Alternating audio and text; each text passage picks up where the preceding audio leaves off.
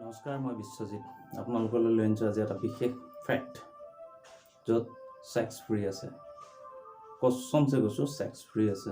কেনেকৈ আহক জানিবলৈ শেষলৈকে চাওঁ এই ভিডিঅ'টো।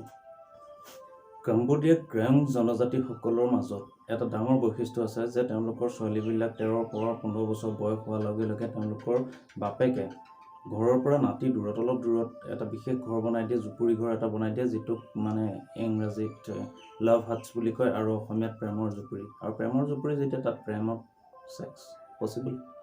তেওঁলোকৰ নিজৰ এটা পৰম্পৰা বিকাশ কৰি লৈছে য'ত 13ৰ পৰা 15 বছৰ বয়স হোৱাৰ লগে লগে তেওঁলোকৰ ছোৱালীবিলাক গাভৰু হোৱাৰ লগে লগে বাপেকে ঘৰৰ পৰা নাতি দূৰত এটা সৰুকৈ জুপুৰি ঘৰ বনাই দিয়ে, যিটোক লাভ হাটছ বুলি কোৱা হয়।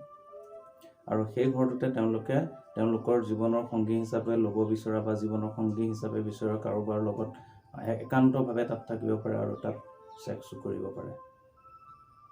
বদমাচি ধান্দাবিলাকতো মনত আহিয়ে যায় ন।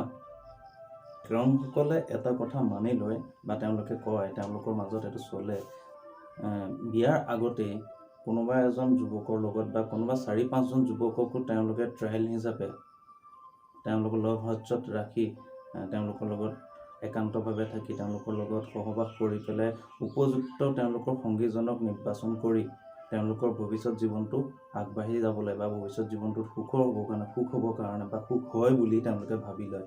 কাৰণ কোনোবা 4-5জন ল'ৰাৰ লগত এক্সপিৰিয়েঞ্চ কৰিলে তাৰপিছত যিজনক ভাল লাগিলে বা ভাল পালে সেই তেখেতৰ লগতে বা সেইজনৰ লগতেই বিয়া পাতে।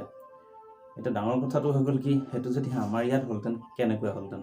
কমেণ্ট কৰক, কমেণ্ট কৰি জনাওক। আৰু থাকি গ'ল আমাৰ ল'ৰাবিলাকৰ কথা।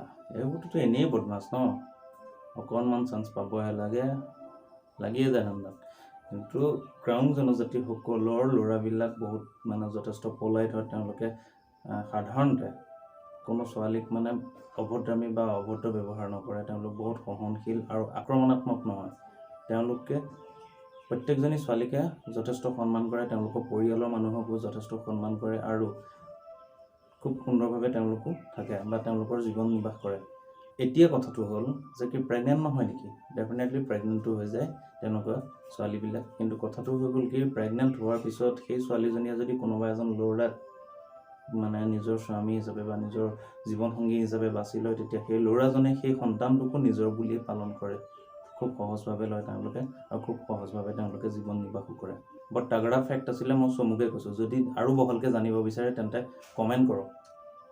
কমেণ্ট কৰি জনাওক যে ইয়াৰ বিষয়ে আৰু জানিব বিচাৰে।